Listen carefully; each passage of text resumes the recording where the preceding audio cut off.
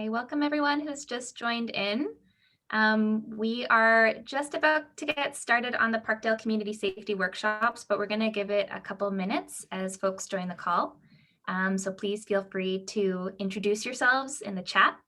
My name is Mercedes, in case I haven't met anyone yet. I use she, her pronouns, and I'm one of the co-hosts tonight alongside my lovely coworker, Berylan. Berylan, do you want to introduce yourself? Sure. Hi, everyone. My name is Berylan Mark. And like Mercedes said, I work alongside her. We're going to wait a few minutes to have more people join us on the call. So in the meantime, you could go ahead and introduce yourself in the chat. You could share your pronouns if you like.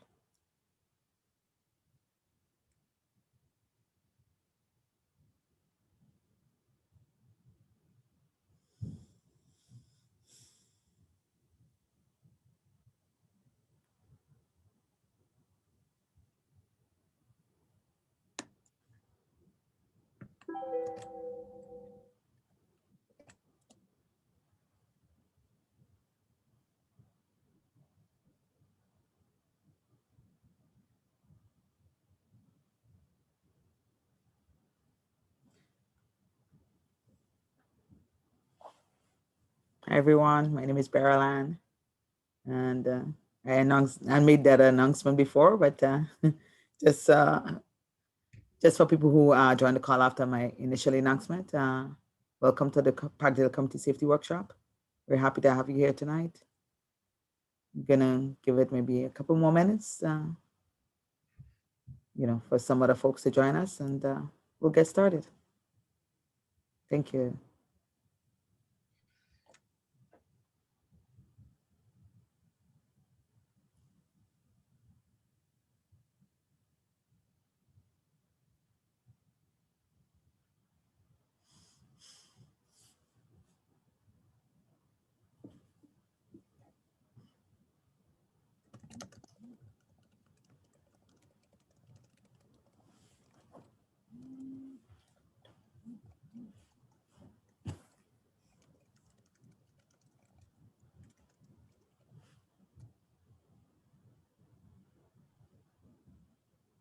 Hey Nadia, welcome.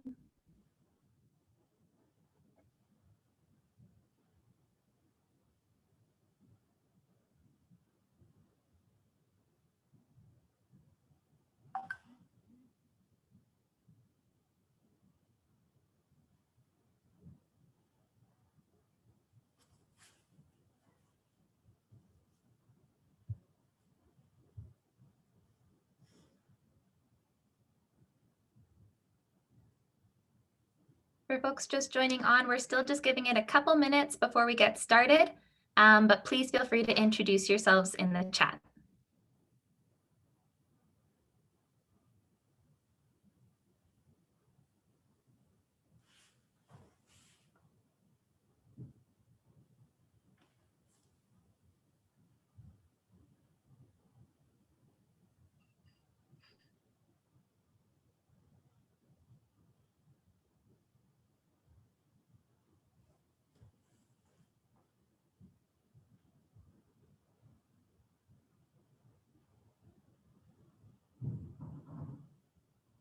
Once again, if you're just joining on, we're just giving it a couple minutes before we officially start, but please feel free to introduce yourself in the chat.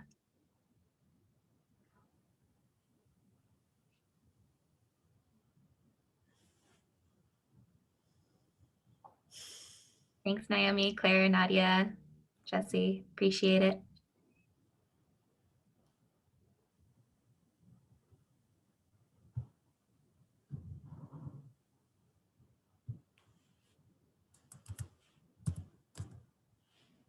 Okay. So we're hitting 6:05 just now, so we'll get started. Hello, everyone. Welcome. Thank you all so much for joining us for tonight's Parkdale Community Safety Workshop. Tonight, we're going to be learning about supporting survivors of sexual violence, and we're joined tonight by Naomi Martey.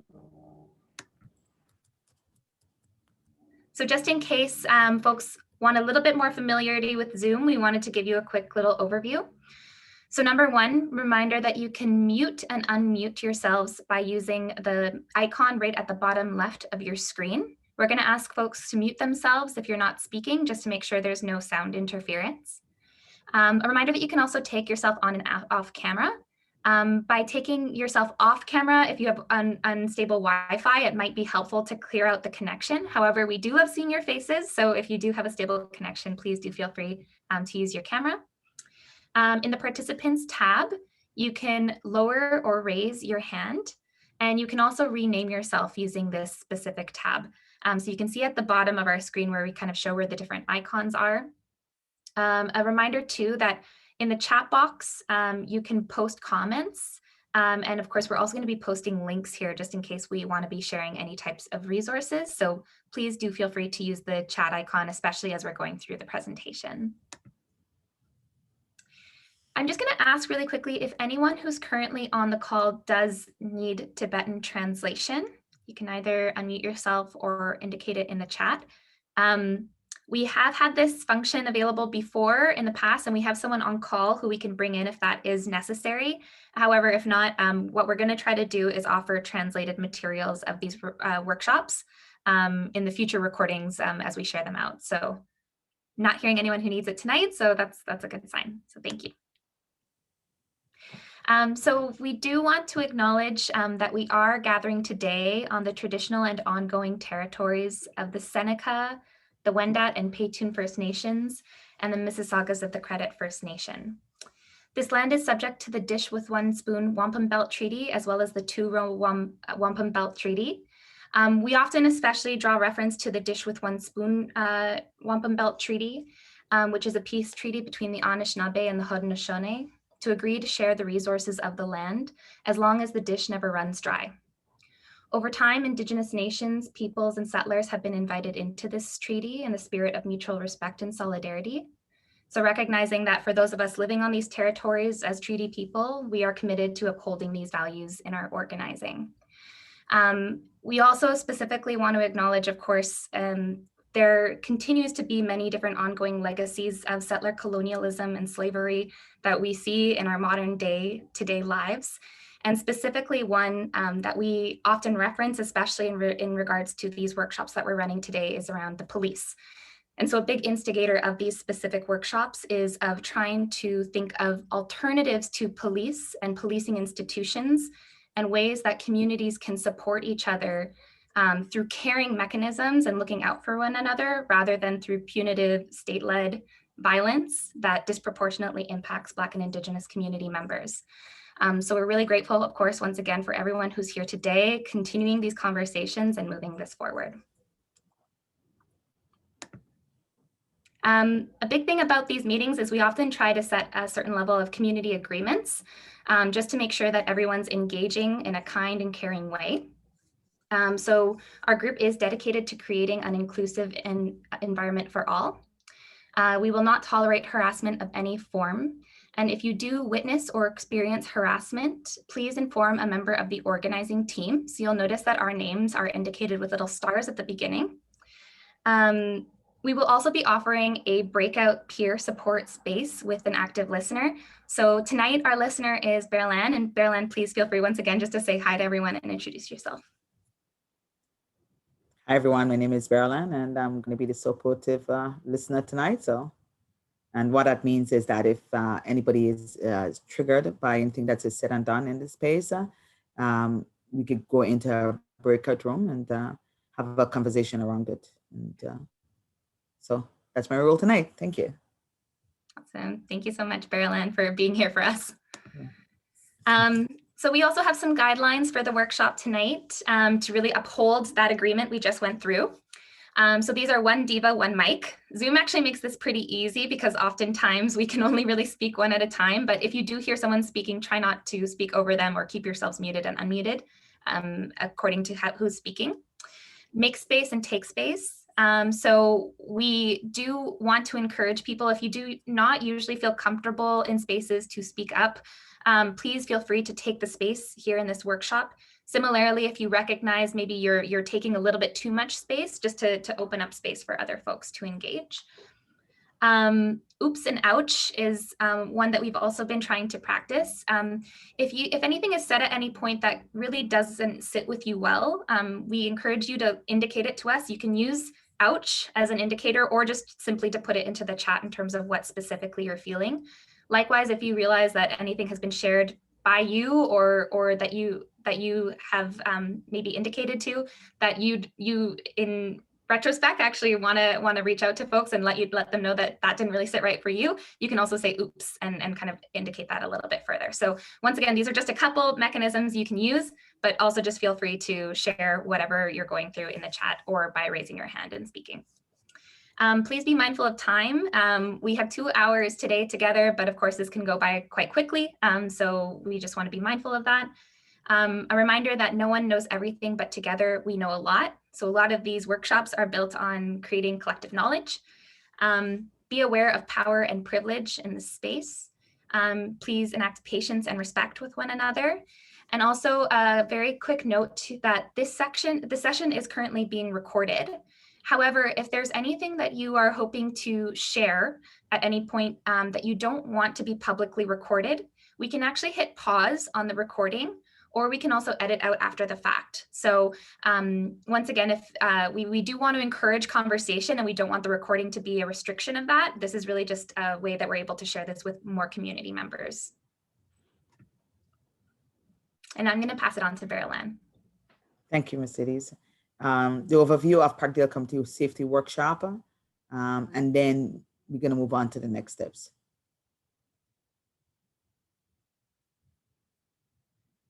The Parkdale Community Safety Workshop series is being offered in partnership between the Parkdale Women Leadership Group and Mutual Aid Parkdale. The Parkdale Women's Leadership Group is a collective of racialized women from Parkdale who are bound together to take action for human rights and justice.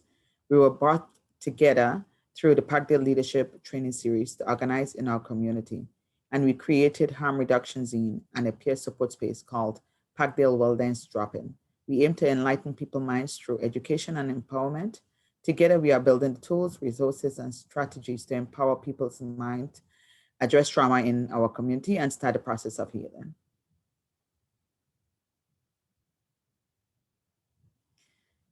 MAP is a neighborhood group organized on the core principle of practicing solidarity in times of crisis. In responding to the pandemic, we have been safely reaching out to hundreds of our neighbors and checking in on them to see what material and social support they need. We are building trust, care, and commitment with zero judgment. The Community Safety Committee, formed in response to acts of harassment in our neighborhood and growing calls to build alternatives to policing. We discuss ideas of how community members can keep each other safe, such as walk safe programs, rapid response teams, defending tenants during displacement evictions, and other strategies to activate safer spaces throughout Parkdale. With the second wave of COVID-19 and sustained movements for racial justice and defunding the police, we have been hearing growing calls from community members to skill up and offer new forms of care and support in moments of crisis that do not rely on the police. Tonight's workshop on supporting survivors of sexual violence aims to provide community members with information and resources necessary to support one another after instances of sexual violence. This workshop is based on a peer support model, and focus will be placed on deconstructing myths, respecting survivors' autonomy, and exploring pathways to community justice. Now we're going to pass it on to Naomi Martey, and her workshop tonight is going to be on supporting survivors of sexual violence. Welcome, Naomi. Thank you. Hi, everyone. Thank you so much, Beryl-Ann, for the introduction. Thank you, Mercedes, and the rest of the team for organizing and for bringing me through tonight. I'm hoping we can just go right into the slides.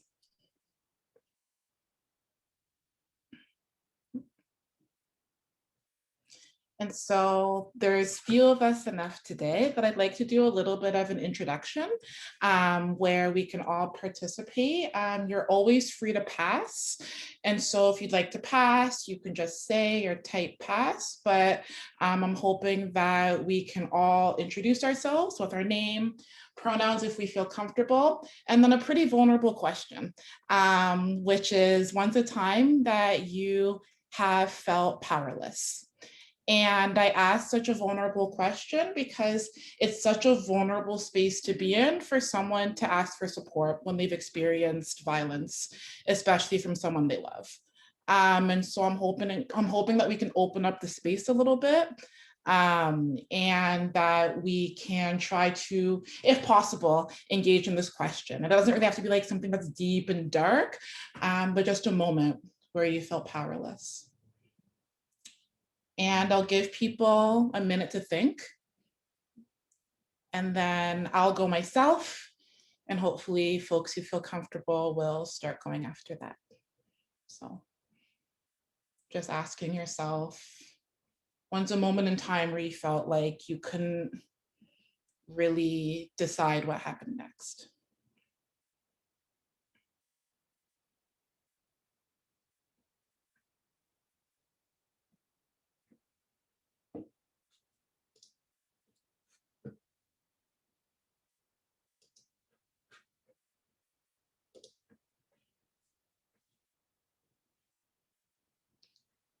So I'll start. My name is Naomi. I use she, her pronouns.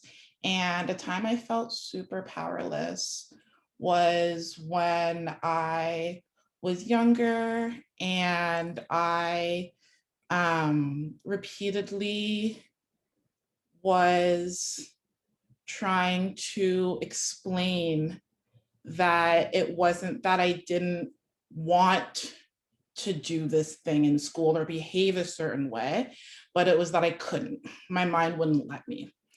I just had, I didn't know how to get the picture across that I wasn't doing this thing because I wanted to, but like I felt like my body wasn't really in control. And it wasn't necessarily my body that made me feel like I didn't have any power, but it was my teachers who made me feel like I didn't have the capacity to do what they needed me to do in that moment. And I feel like that has kind of stuck with me for a long time and really like speaks to the way that I try to hold space for people around me. So I didn't choose something that's like so deep, like I'm a survivor and I didn't like dive right in. So yeah, anything that you feel. I think you took your mic off, Bearlan. Sure. Hi, everyone. My name is Bearlan Mark. My pronouns is she, her. And a time I felt really powerless is when I was in labor with my first child. I couldn't figure out what, I didn't know the next steps, what would happen, what would come after, and just feel like I couldn't, I had no control. Mm-hmm. I would, what was happening to me. Yeah. I feel like I was at the mercies of the doctors and nurses. So it wasn't necessarily your body going through these motions. It was that there are people who get to make choices. Yeah, my body was just pain, just excruciating pain. I was going through my body was like no other. So, and felt totally helpless. Yeah. So, and Naomi, what I could do, I could pass it on to somebody else if you don't mind, because by my experience, sometimes if you're waiting for people to go, you could be waiting on eternity. So, I'll pass it on to Jessie, and Jessie, you could pass it on to somebody else. Thank you.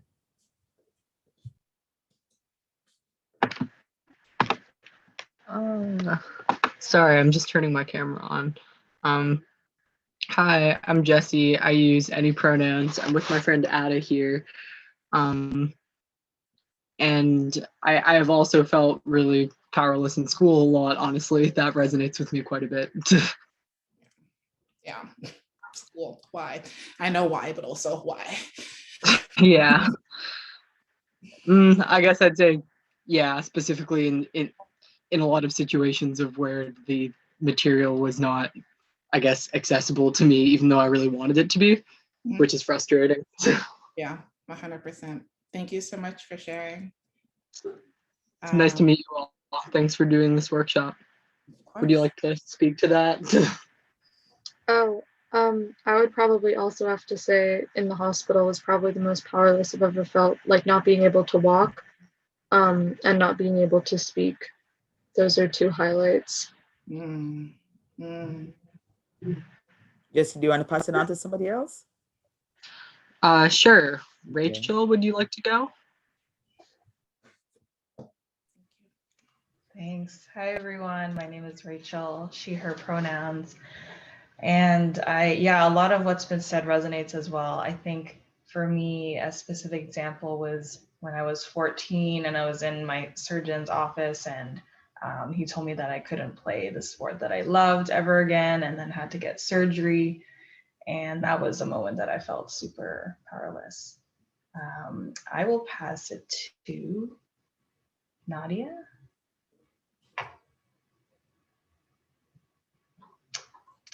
Oh, hi everyone. This is Nadia. She, her pronoun. For me, we like when I was working at Wendy's restaurant, and I was in a situation which I could have handled it, but I kind of like let it slide. But then in the end result, I got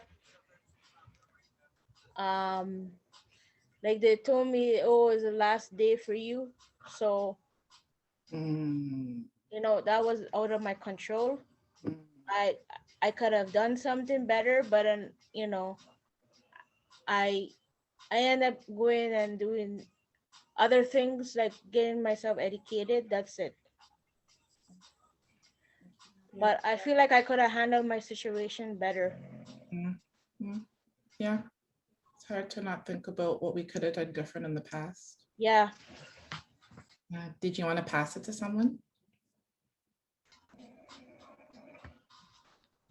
Who's on the call?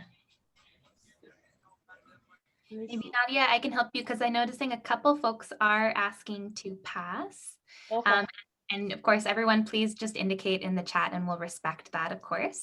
But some folks you can call on are the two Claires. Claire? So one in the Claire, I know one Claire. She will be able to come. Hey, Nadia. Oh, hi. That's what I wanted to ask. It's good to hear your voice again.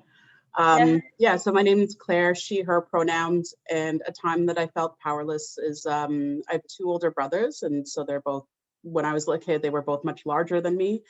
And there was one instance where one of my older brothers just had bothered me in some way, and so I really wanted to get back at him, and it was a physical type of thing, so I just wanted to like get like a punch or like some type of like, and he could just reach over and hold me back, and then he would be able to like hit me, but I could never ever get my one hit. I didn't even want to hurt him. I just wanted the feeling of being able to like reach and touch, but his arm was so long and he was just pushing me away, and that sticks with me a lot.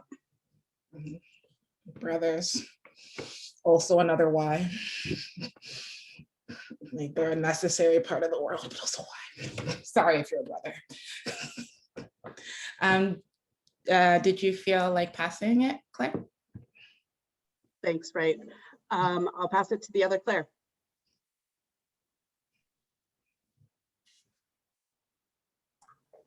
Hi, Claire, and I use she, her pronouns. I really resonate with the examples that you guys have given with school. So awful, and hospitals, terrible places. I think the example I will give is a recent one. where I quit my job in long-term care home. And I think for that reason, because I felt powerless. I really, really wanted to advocate for the people who I loved, and I left because it wasn't working, and I'm still feeling powerless because I haven't found another job. Yeah. Thank you for sharing that, Claire. Thank you for listening. Did you feel like you could pass it, or? Oh, let's see, down my list is Anthony. Oh, it has an asterisk. Does it matter? Anthony can go ahead. Anthony, feel free to go. Hi, my name is Anthony. I use he, him pronouns. I guess one time that I felt powerless again was in school.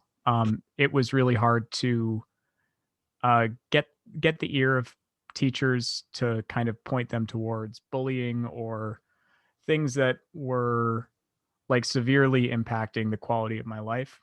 And yeah, I think that that's probably the most cogent example of when I felt the most powerless. And I will pass it on as well. If Maisha hasn't indicated otherwise. Okay, cool. Thank you, Anthony. My name's Maisha, they, she. Thank you all for your vulnerability. It's great to like connect with all of you tonight. I feel powerless just like generally every day under capitalism, but like specifically to do with social standing, intergenerational wealth. My family has been renting a house for 25 years and they were just rent evicted, and now basically we gotta leave the city. We can't be in our same neighborhood because we just can't afford it. So that's where I'm at. That's enough. Eleanor, would you like to go? So Eleanor did pass. So okay. Maybe I can help indicate. I Please, think Erlina hasn't had a chance to go. Erlina, if you're still there. And Erlina, just a reminder, if you're there, you can just unmute by pressing the bottom left corner.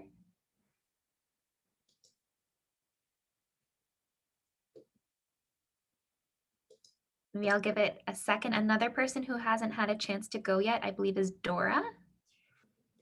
Dora, if you want to unmute yourself. Yeah. I don't know if you see me or hear me. We can see and hear this time. Great. Okay, good. Because I had problems in the last workshop. Okay, my name is Dora. I pronounce she, her.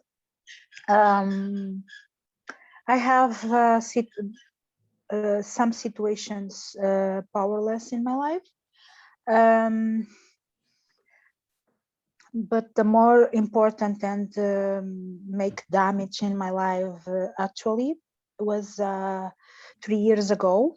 I was victim of violence domestic in Toronto, and I was illegal, and he took advantage from me.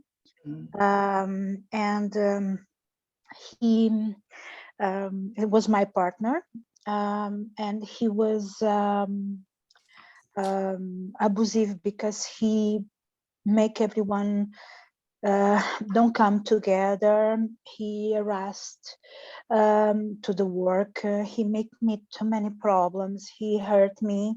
He make me the sleep torture, and I still have problems for sleep because of this.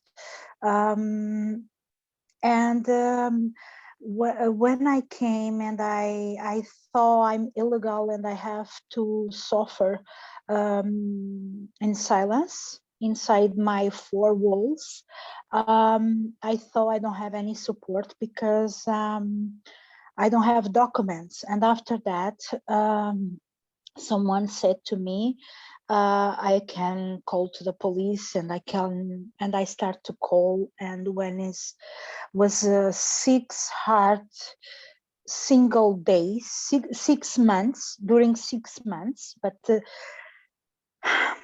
was really hard, really hard. My friends left me.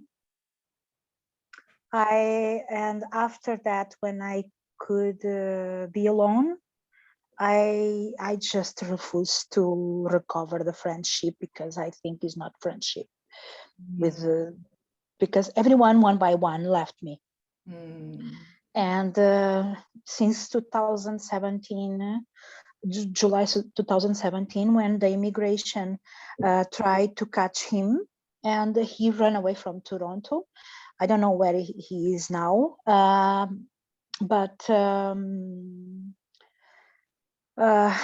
he make too many things, and I still today have panic. When I hear the same language, because he's not Canadian, and the music of his country, and people talk around me with the same language, everything make me like feel panic, nervous, and I'm always look back, and these things still are too fresh in my mind.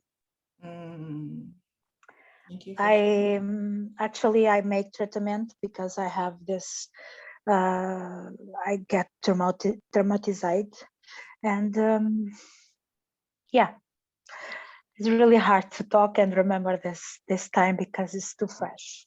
And I pay one price, so expensive to live in Toronto. Yeah, I agree. Thank you so much for sharing, Dora. I just for you guys realize I just could prove what's happening inside my house when I start to put my phone record in the pocket of the jacket. He steal the money. Soon I put my feet inside the place. He tried to go to my work to take the money from my bosses. He changed my documents in a bank. He make payments in my name. And I always have something. Actually, 2 days ago, I found something in my tablet. That's why I had problems to access the workshops. I found he took out my password from my Google account. And this is constantly, I found things. After 3 years, I still found things he did to me. And my luck in that time, I had a bird. I think some persons have opportunity to see this bird. Is a parrot, and the parrot. Soon I enter inside my place. He start to attack him to protect me, and it was the first sign my landlord understood have something wrong between me and him, because I cannot talk nothing to another person when he was close to me. And when the bird start attack him, after I start to say what's going on, and my old landlord, helped me and don't call to the police and protect me in her house. And I have a big story for 6 months, really hard. Yeah. Thank you for sharing, Dora. That's awesome. Yeah. Would you like to pass it on to somebody else, Dora, on the call? I don't know who is. Who's it? Okay, I see. I can jump in to offer someone else. And thank you again, Dora, for sharing. And we just noted in the chat, if anyone does need access to a supportive listening space, we do have that as an option as well. So thank you. Just let me know, thanks. I believe Seneca, if I'm saying that correctly, hasn't had a chance to go yet. Yeah, Seneca. So I go by the pronoun she and her. And I think the time that I felt the most powerless was, it's in school as well. For 4 years of high school, I had this other male student who would stalk, I guess, like borderline, like keep messaging, and follow me around. And after 4 years of that, and even his like family would contact my friends to try to get me to accept him, I guess. And after that, I decided to finally, after 4 years of blocking, I decided to tell guidance about it. And the first thing my guidance counselor said was, "Isn't that flattering?" Yeah. And then eventually, when they found out that he was hurting himself, that's when they decided to contact the police. And then they just sat me in a room and basically said, there's not much we can do because we can't prove that he's following you. So I could talk to him, but that's about it. Even though I'm the second girl he did this to. Yeah. Thank you for sharing, for bringing that openness to the space with us. Thank you again. I'm gonna just quickly check if Erlina is still on the line and if she can unmute herself just by clicking the bottom left corner. And if we've missed anyone, I think Erlina's off the call right now, but if we missed anyone, please feel free. I can share one really quickly. I know I haven't had a chance to go yet. My Mercedes, for those of you who I haven't met yet, she, her pronouns. And the one that's coming up actually, and I believe it's in reference, I heard Claire was mentioning around long-term care facilities, and that's one that came to my mind because right now my grandmother, who's just turned 99, has been kind of circulating throughout different institutions while there have been really active outbreaks, and that's just been, I know so many people of course have been impacted by this pandemic, and it was kind of the closest that I felt, but also at the same time felt like I had no power over how to support her in those spaces. So and the family likewise. So definitely resonates. I noticed Erlina did just join back on. Erlina, I'm just going to see if you have a chance to unmute yourself and share. But if not, I think that we've gone through everyone that we've. Thank you, Naomi. Yeah, thank you, Mercedes. And thank you so much for sharing and being in this space if you felt comfortable in that way. And I wanted to do that check-in because I wanted people to just take a moment of time to reflect on how it felt, to share your story, how you felt speaking in that moment about whatever you were speaking about, and what it also felt like to hear someone else.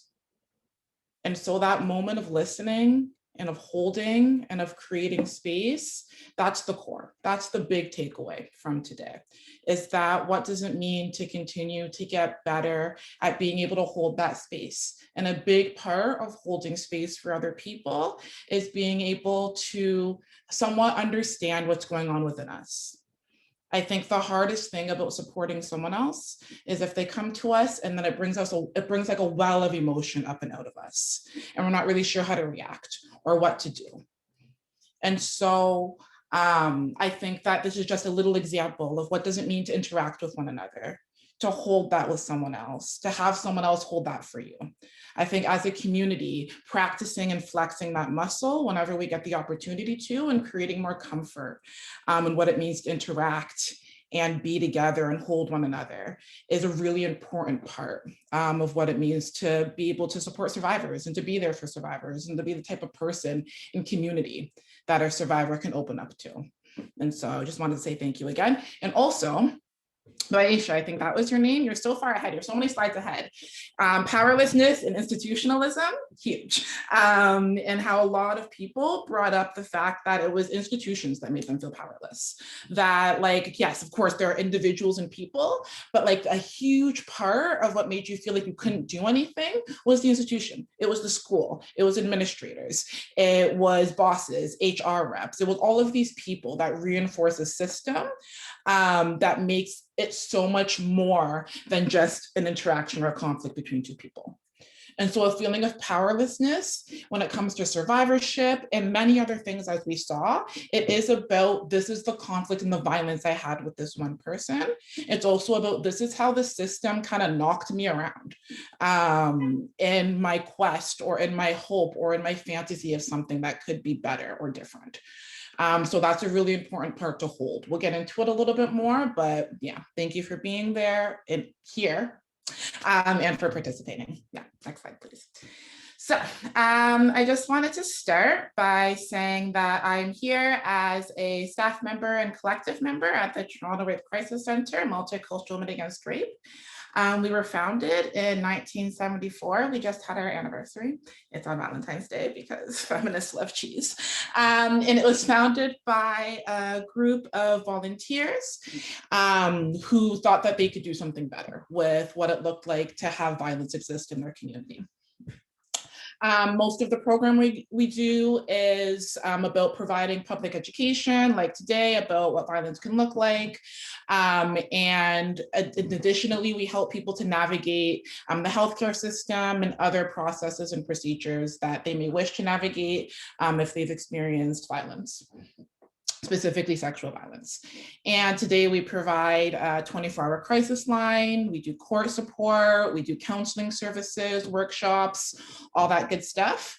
We're an anti-oppressive, peer-led, and survivor-centric place. And so I mentioned I'm a collective member, so there are 8 of us, and we are all women and non-binary people. The vast majority of us are people of color, and we've come together intentionally in order to provide care, support, and safety for our community members. And really, really believe that the community should see themselves reflected when they come through our doors. Well, COVID, but when they come through the doors, one at a time and socially distanced. And then finally, when it comes to me, so my name is Naomi, like I said, and I mostly do youth programming, public education, and I specifically work a lot with Black survivors. And we are the only rape crisis center in Toronto. So there's a lot of people. One of the things we say is that violence never takes a break. But we are here to do this work every day. And at the end of the day, I talk about this resource at the beginning, because in this whole process of supporting someone else, if you're like, I'm not really sure what to do, I don't really know what's next, maybe that means what's next is offering them a referral to us or accompanying them on that referral. If you're really stuck and you're like, I don't really know what the next step is, maybe you need to tag someone in. And we're really happy to be tagged in, especially through our 24-hour line. So yeah. Approach, I think that I covered it a little bit in the check-in, but just the first thing is being able to support other people begins with your capacity to acknowledge your own judgments and your own boundaries and your own triggers. So really being frank about your judgments of what does assault look like and who gets assaulted is very helpful to do before someone comes to you with disclosure. So if you have intentions of being someone that can be turned to in a moment, I think it's really important to be doing self-work as much as possible and in ways that you think are possible. The second is that care work is really interactive. You can kind of read about it, pick it up, look at the slides after, but I think that it's an incredibly different experience to read something as it is to sort of feel something and to be in a moment and to understand a feeling or a sensation, or to understand how awkward and uncomfortable it can be to support people and to do that work. So kind of I encourage people to be open, to be awkward, to be a part of the experience if you feel comfortable doing so. And also please tell me if I'm going too fast. I love to speed up my tone as I go. And so I'm very happy to be like, slowed down. Marilyn is laughing, yes. So I just wanted to do a quick overview. We're gonna start off pretty broad, define sexual assault, define the terms that we're using, and then have a little bit of myth busting. And then we're going to do something we're going to learn about something called trauma-informed care. So how do we do this care for people who have experienced trauma?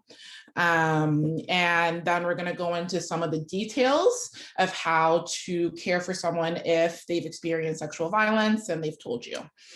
Yeah. So for, is that a heart? It's for me, thank you.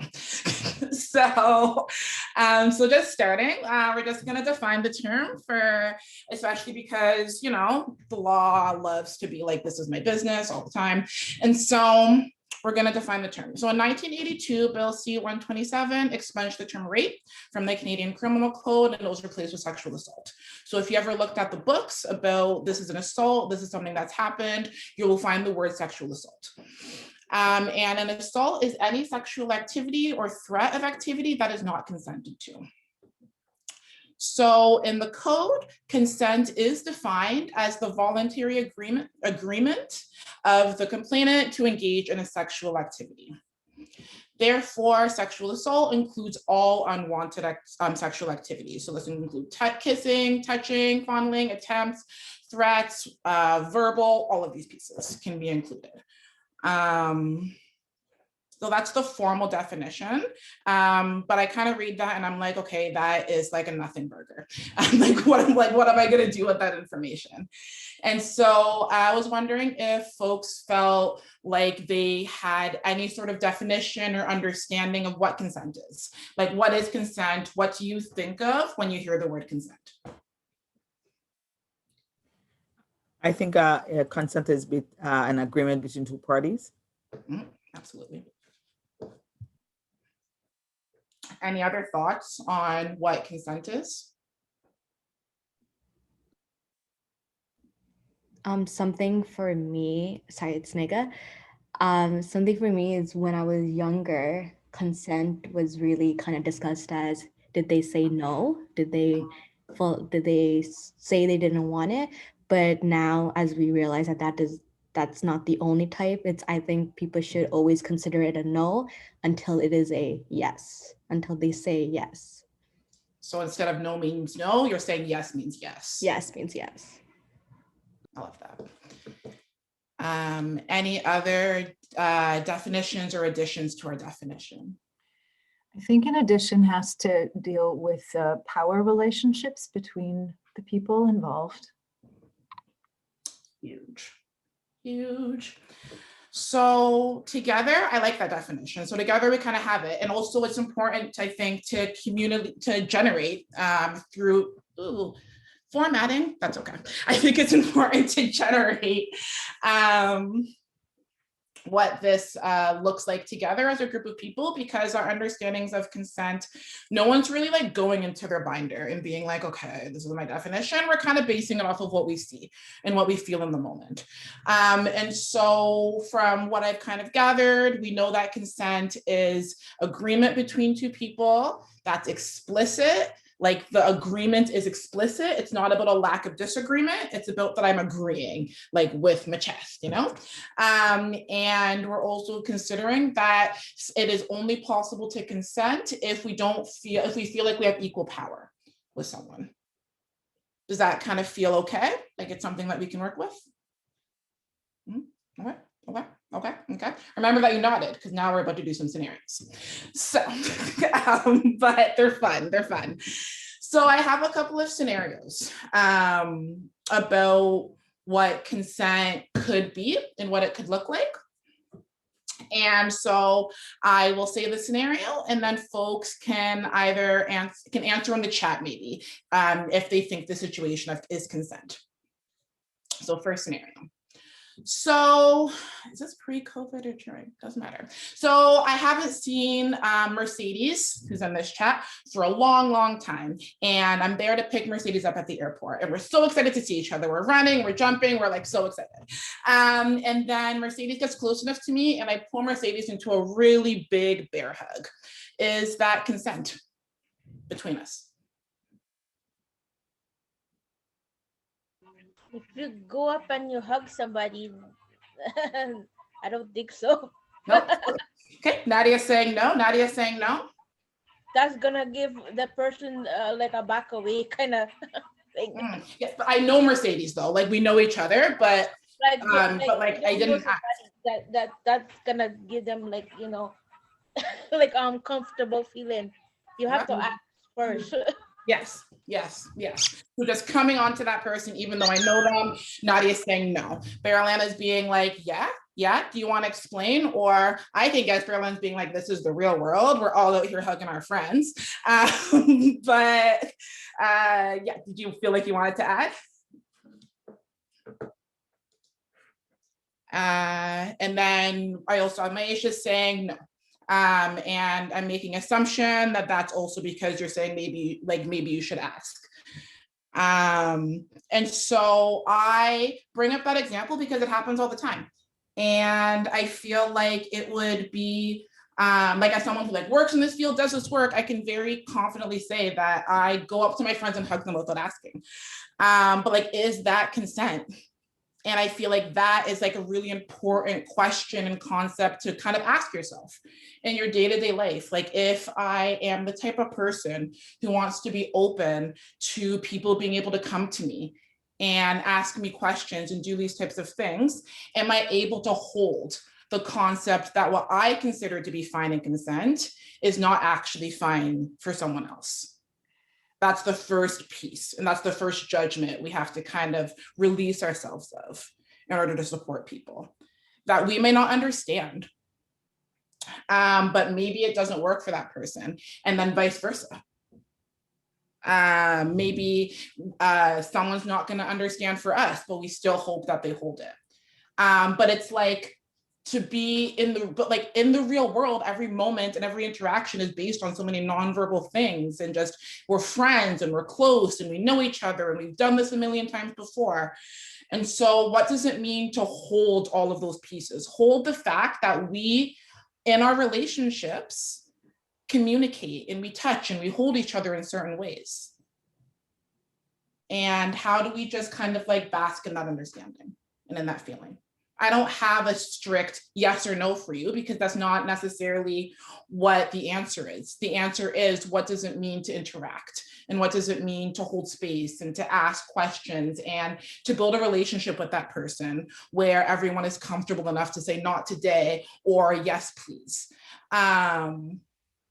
But in these moments where we're just kind of like, we don't really know if we have complete information, where there's a lot of that uncertainty, I just kind of want to bring that feeling to the space, because that's kind of a hard feeling that's often there when it comes to an issue of consent. Second scenario. So two people, let's use Mercedes again, are making love.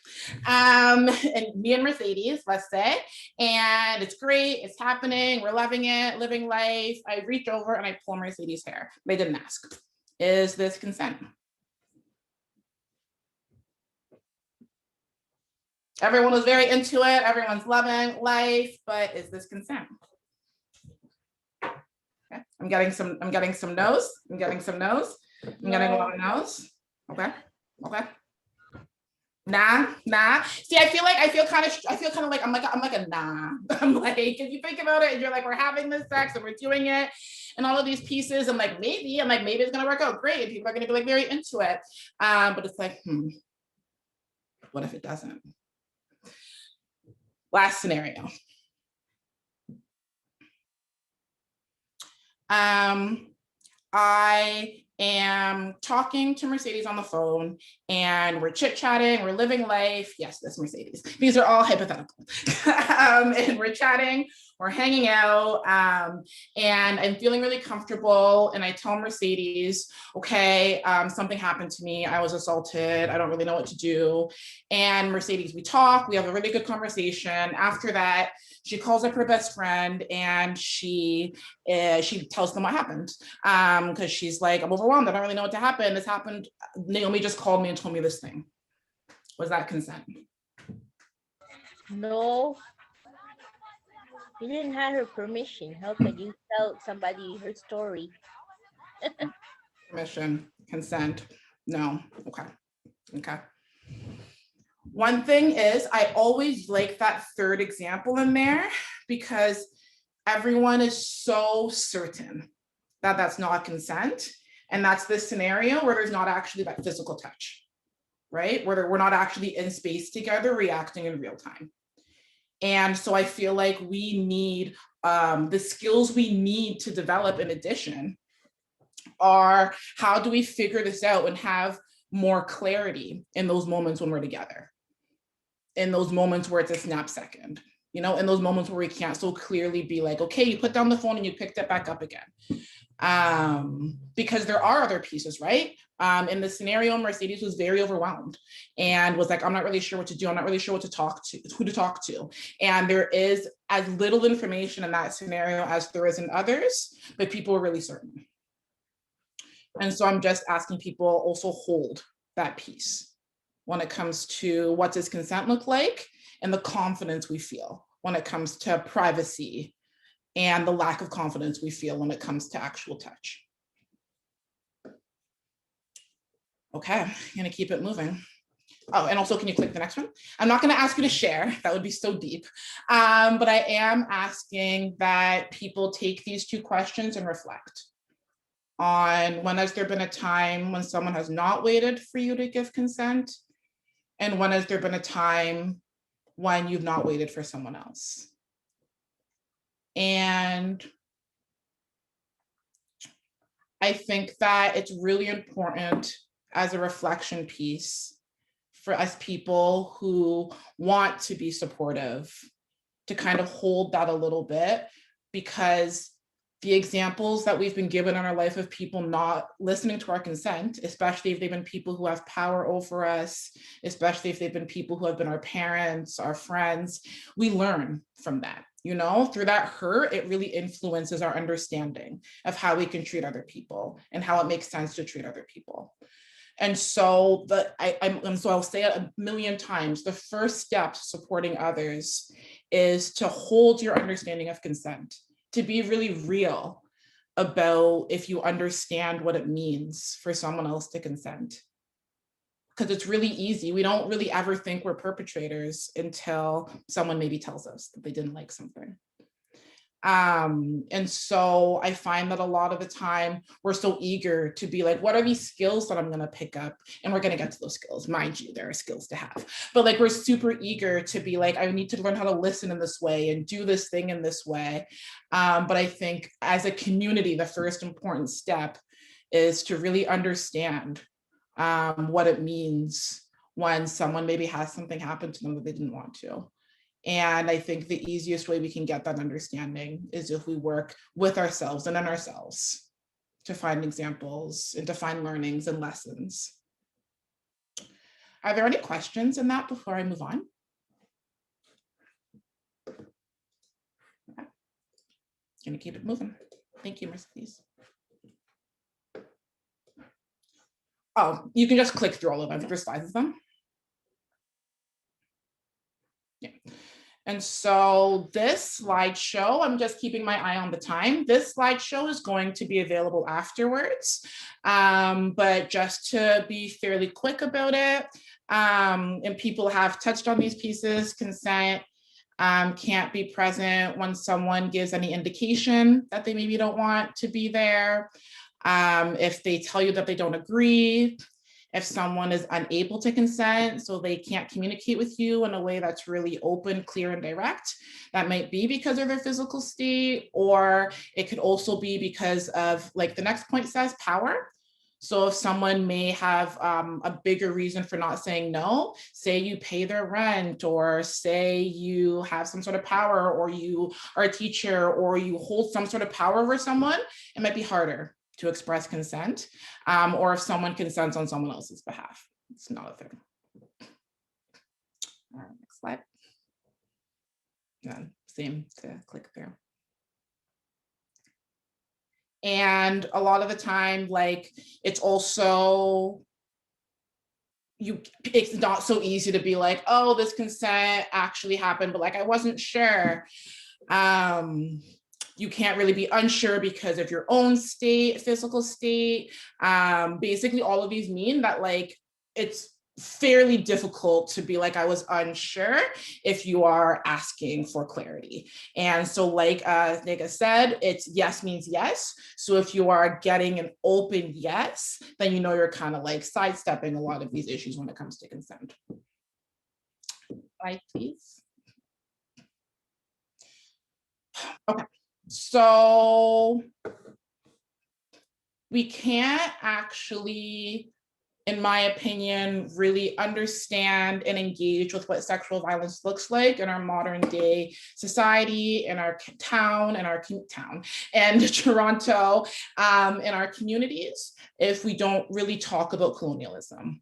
And the fact that the state that we're in and the country that we're in is based on colonialism and genocide of Indigenous populations that very much include sexual violence. Sexual violence is a part of colonialism. It is a part of taking over lands. It is a part of invading places. Invading places also includes invading bodies, invading families. And so it is inextricably wound up in our history of what it means to be in this place and to be a settler is to have a murky understanding of what it means to be benefiting off of a process that has so much sexual violence in it.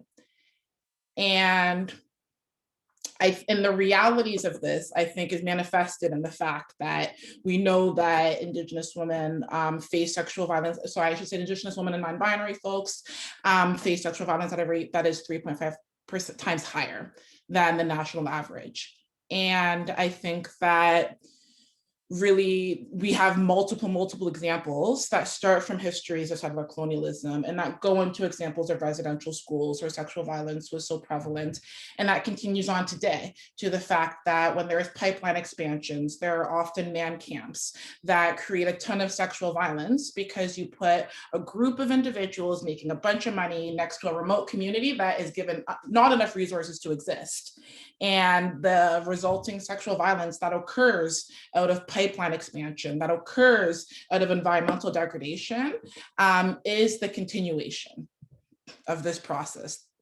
And that connection is key and it's pivotal, I think, to seeing what violence looks like and to understanding violence and to being able to hold someone if they come to you talking about violence that's happened. Next slide, please. And colonial methods replicate themselves worldwide. So the way that genocide and invasion was and is a huge part of what it means to exist in this country, in this place, that also has happened across borders. And so that is also brought, when people do these experiences and these histories or exist in these spaces and in these places and in a lot of racialized communities and communities at large when they come here. And so similarly, we can't necessarily understand the full picture of what sexual violence looks like without talking or understanding about racism. And without understanding the way Black women are disproportionately impacted by violence and also are disproportionately unable to access different services. So what does it mean for your sense of powerlessness if someone has committed violence against you and you also can't really find people who believe you or who have space for you or make you feel welcome?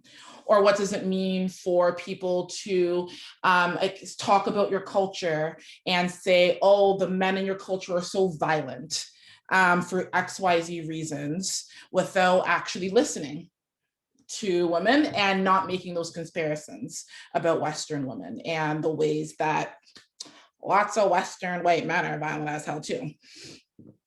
And so it's really important to sort of see that sexual violence and the way that we see it and view it has to be seen through a lens of intersectionality.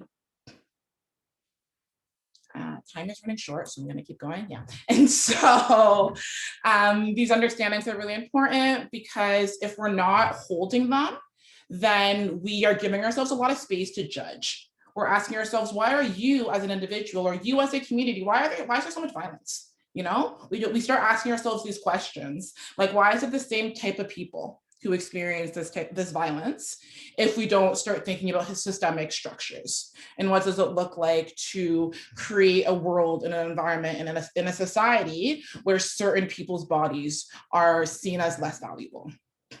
And so oppression compounds experiences of trauma because oppression is a violent thing. Oppression is traumatizing.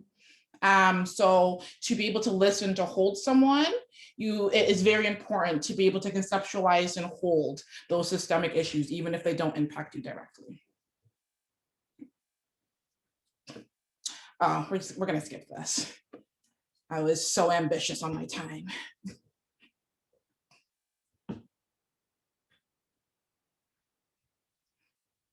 So essentially, all of that slide was to say that doing trauma-informed care means working with survivors and understanding that it's never a survivor's fault for violence occurring to them. It means that it doesn't actually matter what someone's wearing, what they're doing, what they're saying, no matter how much society says, like, why were you out at night? It's never someone's fault that someone made the choice to violate them. Do we want to go on a break, or how are you feeling, Mercedes? Do breaks typically happen? It's up to the group. If people, you can indicate in the chat or raise your hand. Usually when we've asked about breaks, people just say keep going, but I do want to check how people are feeling. Would you prefer to continue? No break? Lots of love for this. That's awesome. Keep going. Okay. So unless there's anyone who's going to push back on that, we'll just keep it going if that's okay. Great. Okay, thank you all. Yes, please click.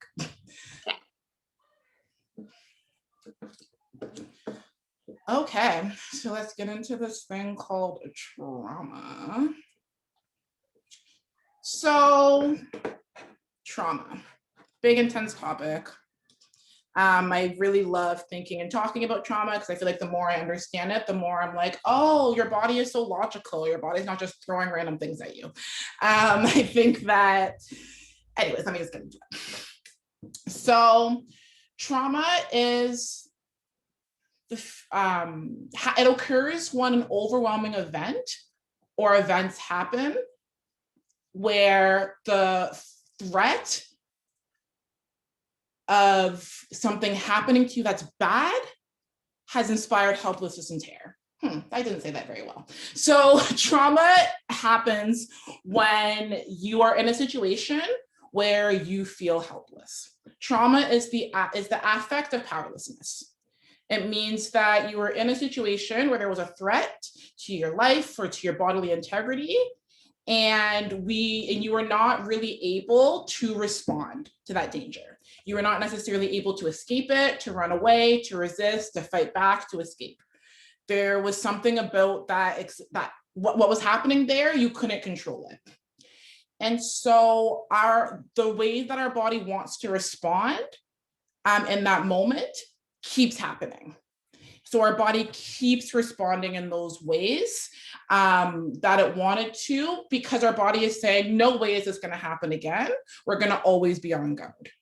And so some of the impacts are if you feel like hypervigilance. So if you're feeling a lot of anxiety, if you're having trouble sleeping, if you're always on edge, that is because your body remembers a time where it felt like it needed to be on edge. It needed to be vigilant, and it couldn't in that moment.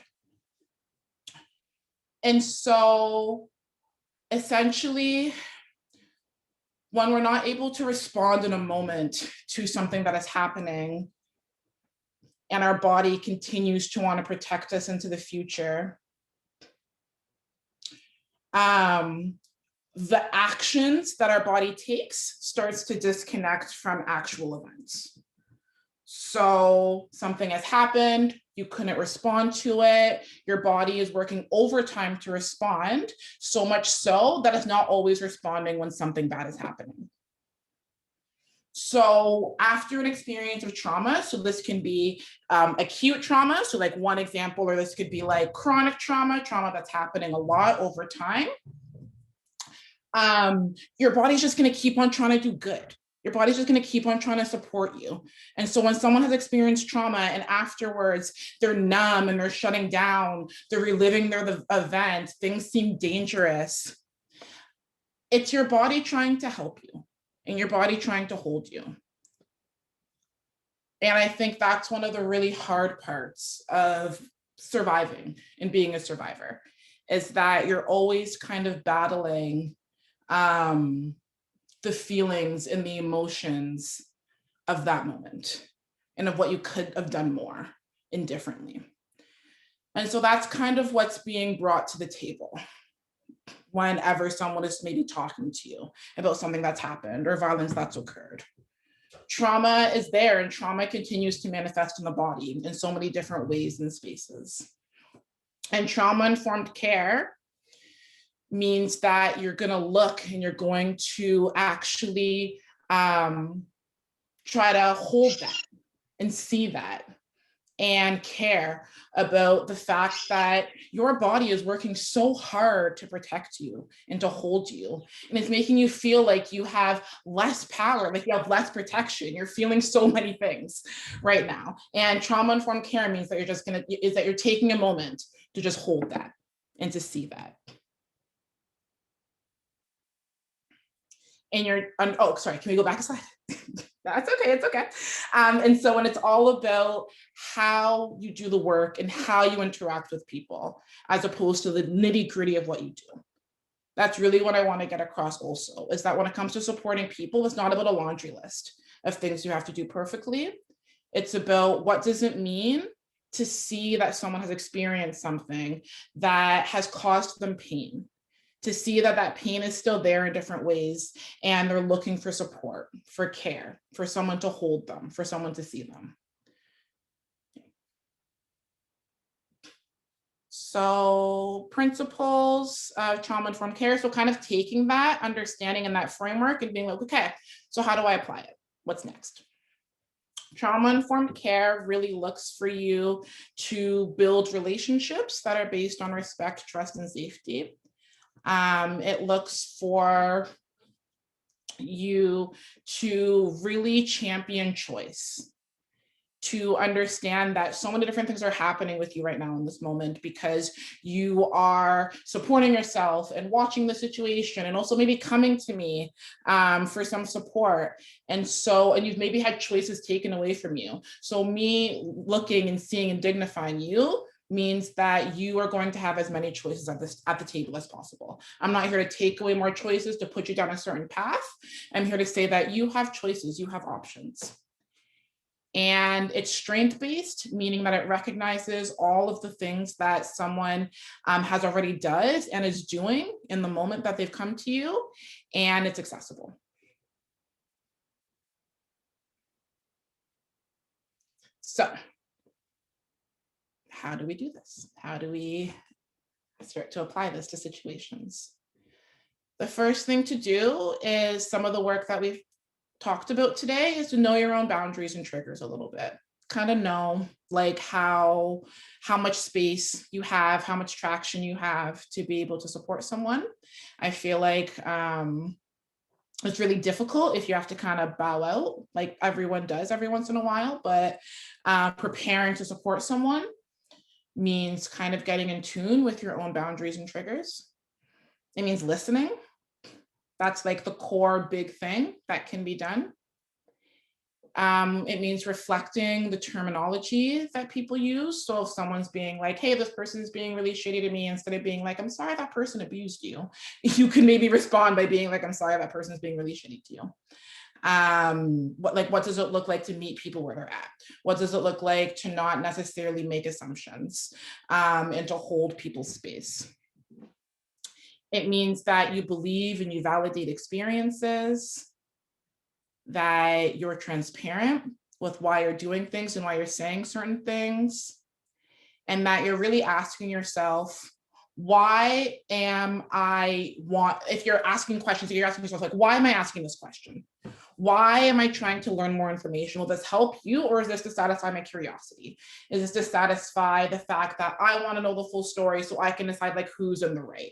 Like, it's really important to know that in this really vulnerable moment, you there's a big responsibility if you want to be trauma informed to really focus on a survivor.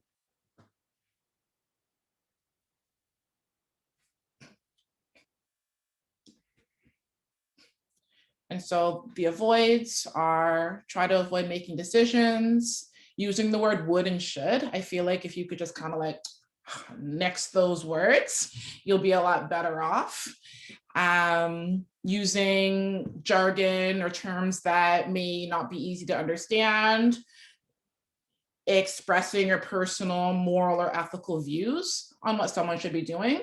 So if you're like, I really think that it's important for you to like go to the cops or do XYZ thing or stop hanging out with this person, like that's not necessarily listening. And finally, it's important to try to not fall for the narrative of like the perfect victim. So that's that like, oh, you were an innocent person minding your own business, some stranger came and assaulted you and you need to be saved because the world is dangerous. I feel like that's one picture for one person's story. And if you kind of toss that understanding out the door, you're going to run into a lot more messes when someone doesn't live up to your expectations of what kind of survivor they are. I feel like, yeah, we have an understanding of what's a good survivor and a deserving survivor, and eradicating that will really help us be better supporters.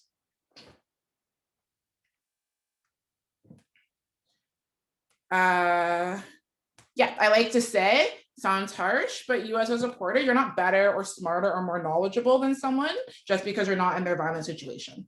No one gets into a situation that's violent because they're not smart, because they're not knowledgeable, because they're not able to read people. Like, you know, like people harm people, and there's not really always signs or enough signs.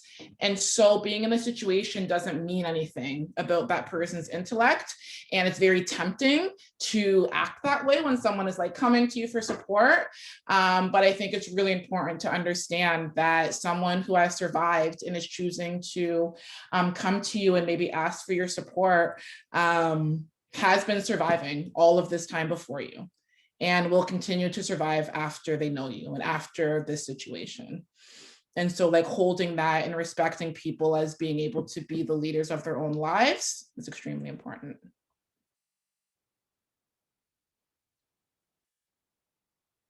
Ooh, there's a little chart here. You could click 4 times, it might be. It's very magical. So this is kind of a visual. I felt like a lot of this information can be difficult. And so maybe if you could take a visual with you, it would be something that you could retain more easily.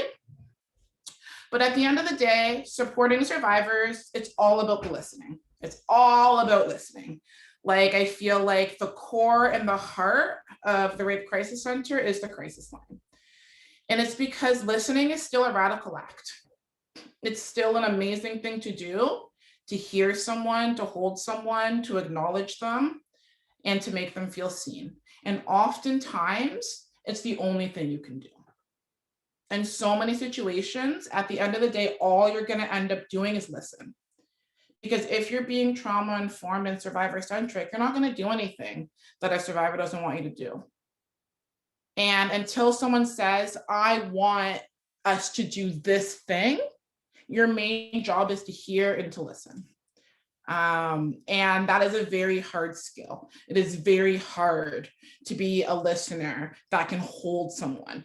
So practicing that and practicing how you listen and what it means, and creating space with your friends and loved ones to listen to one another. That's what's going to, in my opinion, make you better at supporting survivors. And I always am working on my own listening skills. Yeah. And then, so inside of listening, you also have to validate someone. So these circles are kind of inside of each other, because to validate someone, you have to listen. You have to be able to understand, be with that person, share that space in order to encourage, in order to say things that validate all of the amazing work that they've done and continue to do to keep themselves okay. And then once you've listened and validate, you might get to that place where you can do some option support. If any of you are do pro-choice, pregnancy stuff, you probably recognize the term option support. It often means you're supporting someone to decide if they want to do adoption, parenting, abortion. I think it's very similar framing is when you're supporting someone who is a survivor, you listen, you validate, and then you get to some options. You ask someone, do you want to continue being in this relationship and working on that relationship? Do you want to leave this relationship? Are you able to leave? Do you want to just talk right now? All of these options start coming to the table, but as you're listening and as you're validating. And then finally, as you've talked through some of these options, you may get to action. And so that might be making an additional phone call. That might be connecting with someone like TRCC.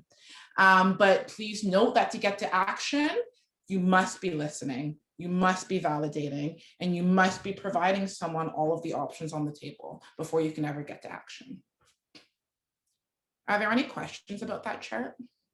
It's kind of like the baby, the golden nugget. And so, yeah. Then we can.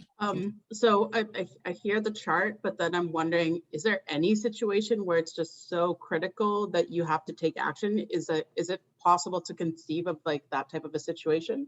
Like on behalf of someone, like someone hasn't come to you and you're just like bearing witness?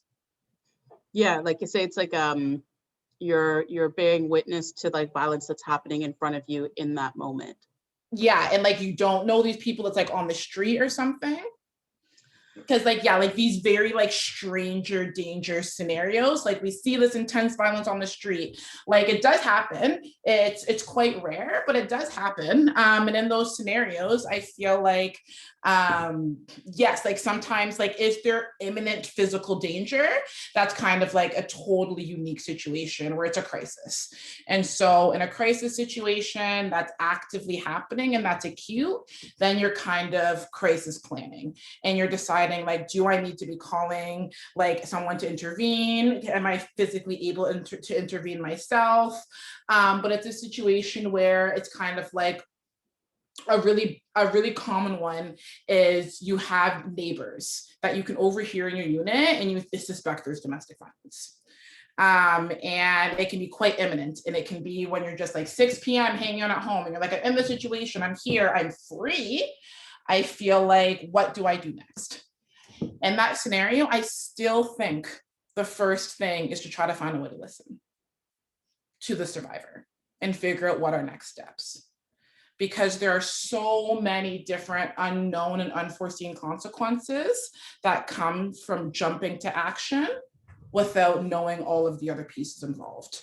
And the vast majority of the time, a survivor, when I meet a survivor, the vast majority of the time, it's not necessarily, I want to get out, it's, I want this person to stop.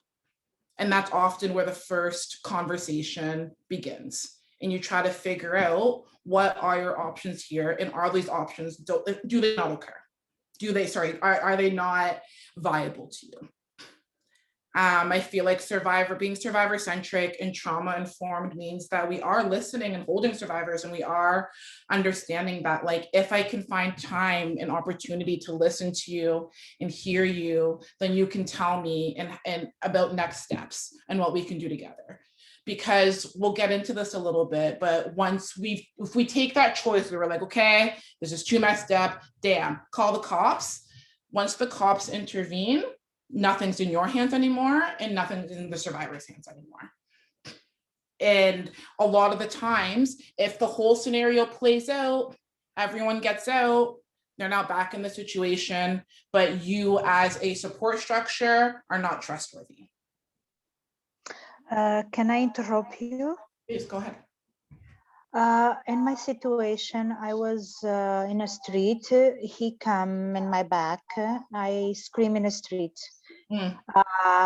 for help, and nobody come to me to help. My friends, I did the emergency plan because he got violent. I did the emergency plan, and in a day, my friends, supposed to be friends, right?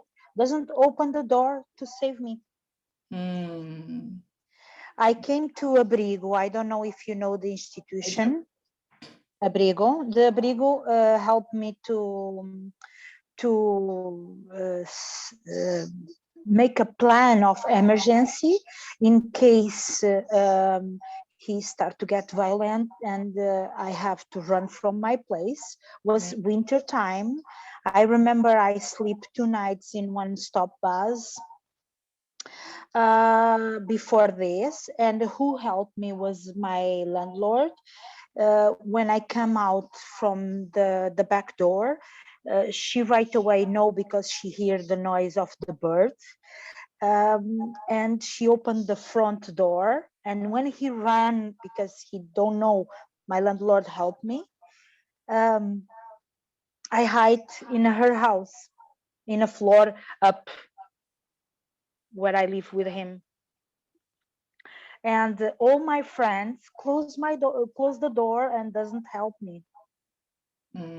Say after that, I feel that time, just want to hear the story and don't want to be present, because most these friends that time said to me, he's danger, I don't want problems for my family, and he know where I live, and I don't want problems for me. It's better we don't talk. This is your problems, and that's it. So you were really isolated in that moment.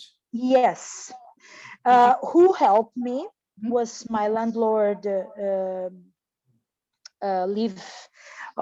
I was in a basement, and she lived in a first floor, and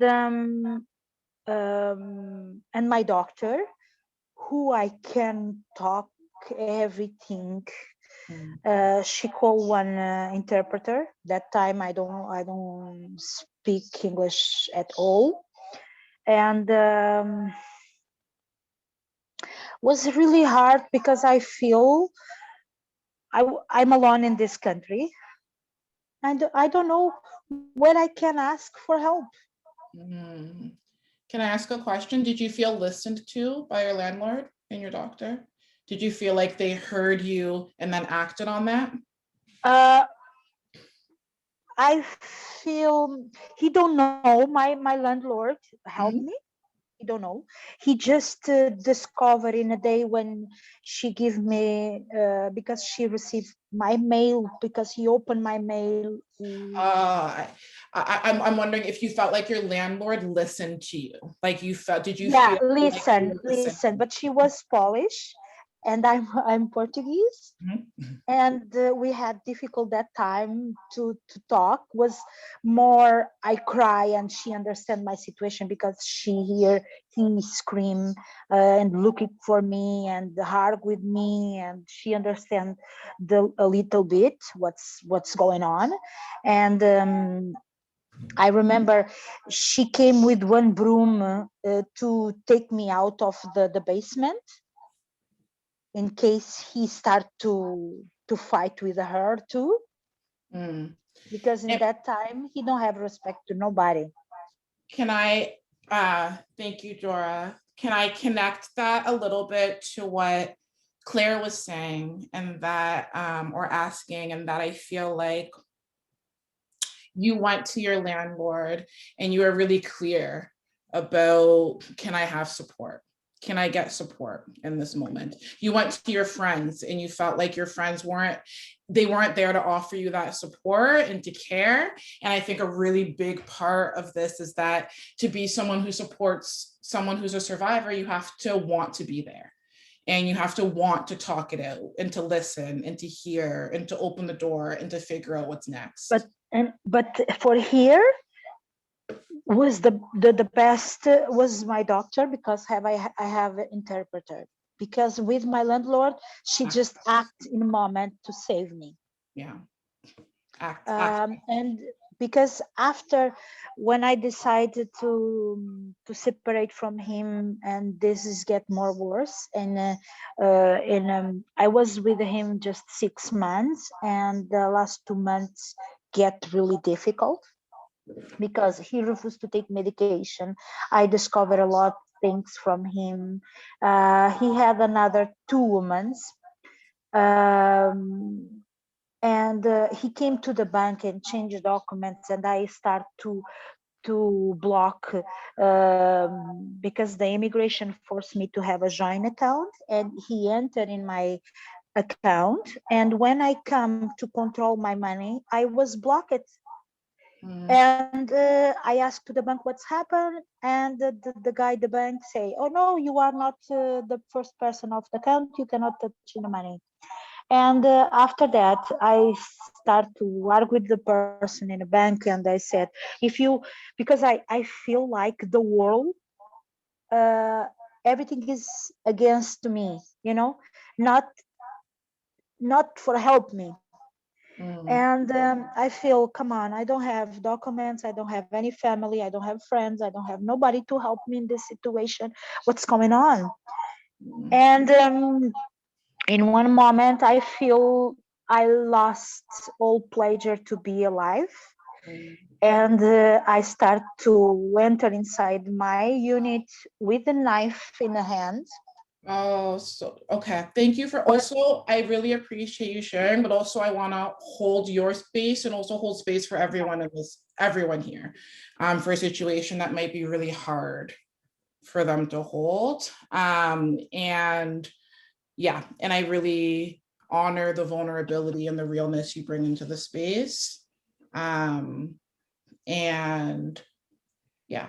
And I think that's an important story to tell. And sometimes if you need to say something, it needs to be heard. And I also really want to remind you that Bearland is here to talk with. In this moment, it's more easy to talk about the situation because I have therapy. But 2 years ago, I still have some panic in the night. It's like you said before, our body are constantly in vigilance. And each noise in the night make me wake up all night and I cannot sleep. Thank you. But I'm better. I'm really better. And I'm really happy to hear that. Yeah. At night. I'm going to keep moving forward. I have a question here. It's a really good one. And so it says, if someone is saying that they don't want to leave, but they do want their partner or the perpetrator to stop, but you know that the perpetrator is highly unlikely to stop, what do you say to that person? And I think the big answer is, what we say is we continue to listen. We continue to ask them questions about what they need right now. And so that's something that's called that, like, if someone is talking to you about it, and if someone is letting me know, I'm assuming that means that there is a reason why we are having this conversation, that there is a reason that you are choosing to share this information with me. And I try to figure out what is happening right now that you need. And I try to put more options on the table than you think there might be. Maybe the option isn't that you're gonna break up, but maybe the option is you're gonna take a couple of days with me to hang out, girls trip. Maybe the option is this person, like, you don't feel really great to go home by yourself, like maybe I can come with you. It's about being creative. Who are you in that person's life and in the relationship? And what does it mean to continue finding a way to be there? Because you can definitely say, like, frankly, like, if you listen and you have all of this information and you can say, oh, this is really scary for me. I feel like it's really scary for you to be with that person right now. Do you feel okay maybe staying with me for a little bit? Do you feel okay? Putting options on the table that don't necessarily equate the very final, you have to get out. I think is a really important part of supporting someone, that there is a gradient between doing nothing and leaving. And if someone is not ready to leave, no one can make them leave. No one can make them leave if they're not in that position. And that happens so often, so much more often than we think or that we hear about. And in those scenarios, the best thing to do is to continue being someone in that person's life.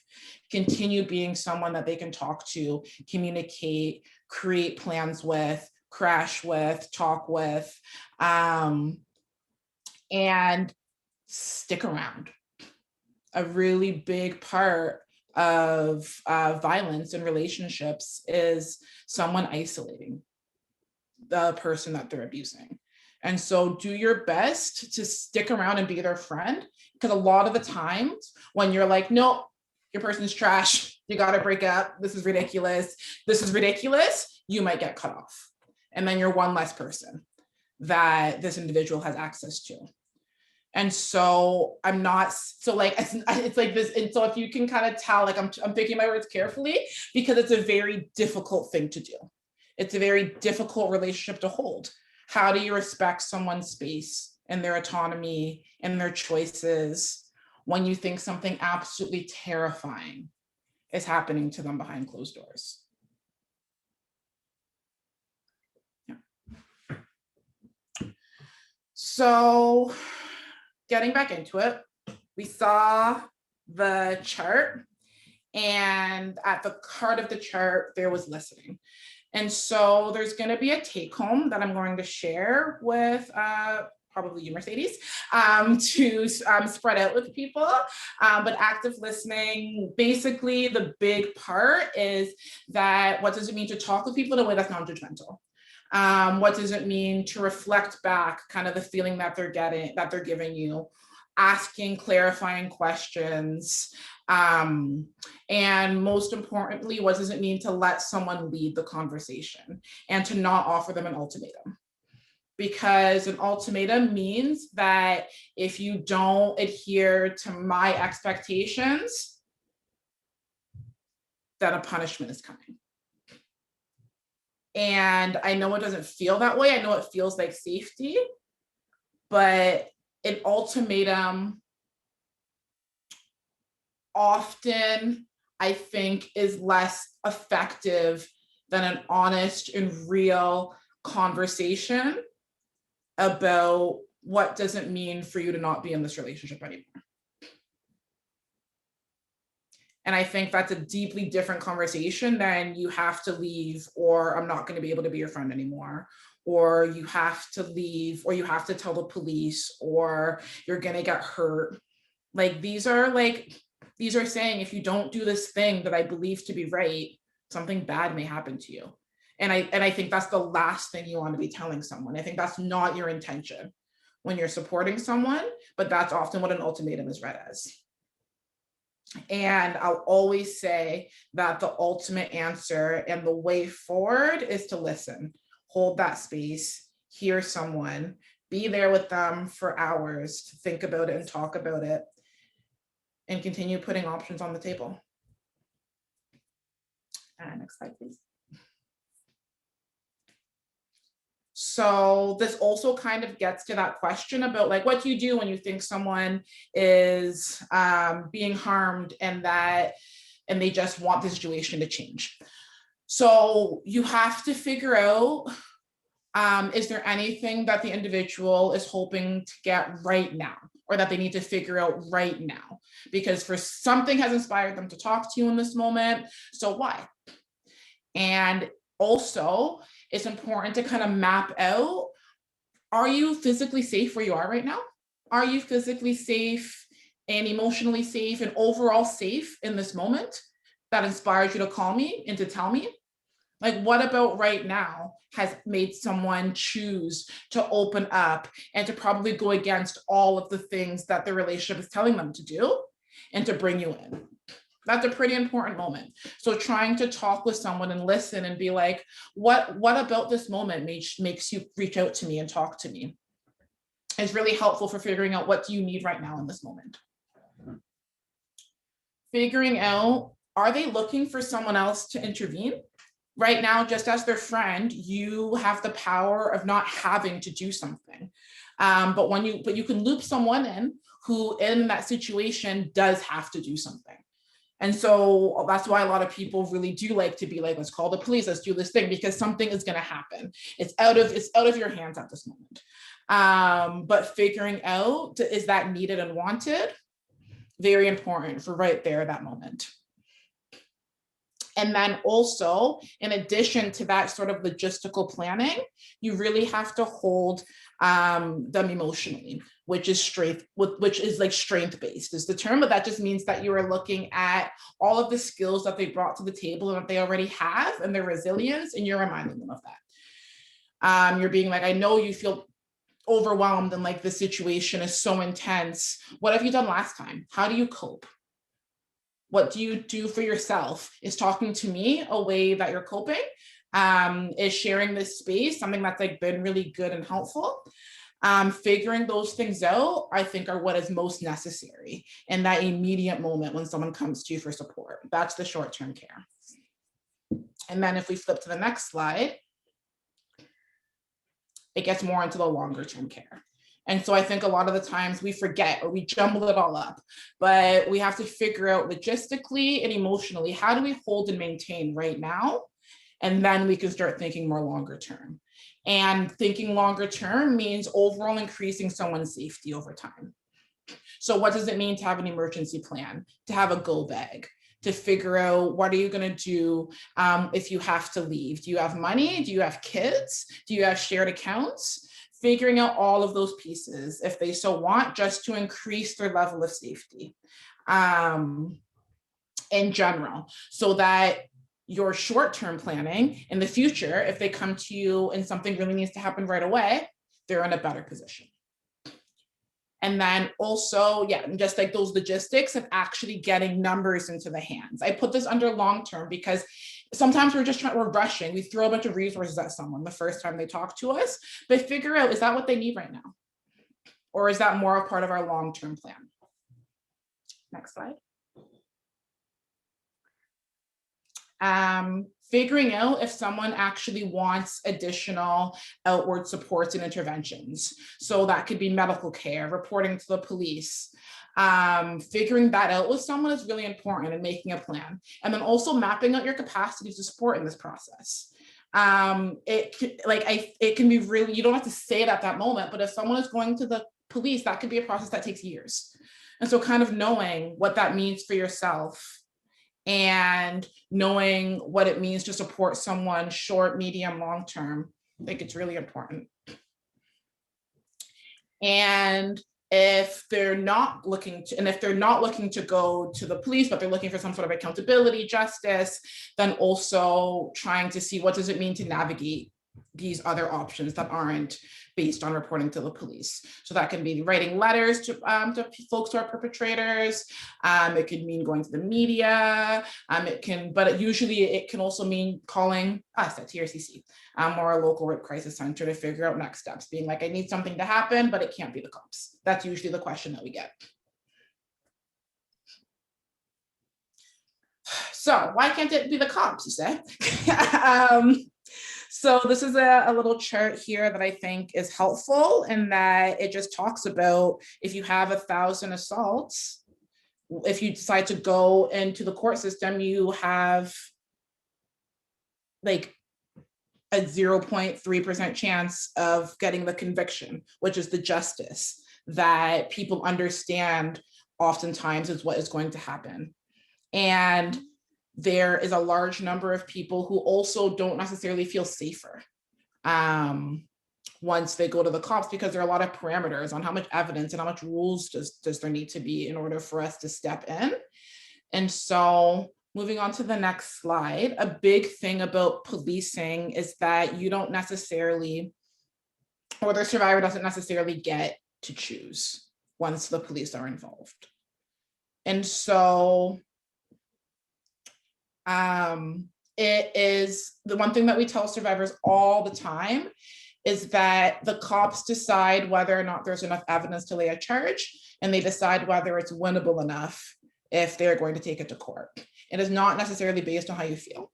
It's not necessarily based on your own personal understanding of justice. It could be, but oftentimes policing is an institution. The courts are an institution and the wheels continue to turn. So once you've made that call and started turning those wheels, you get very little choice on jumping off. And so a lot of the time a survivor kind of knows this. And so it's important to really understand and comprehend this, that this could be years of their life in the situation that's not within their control.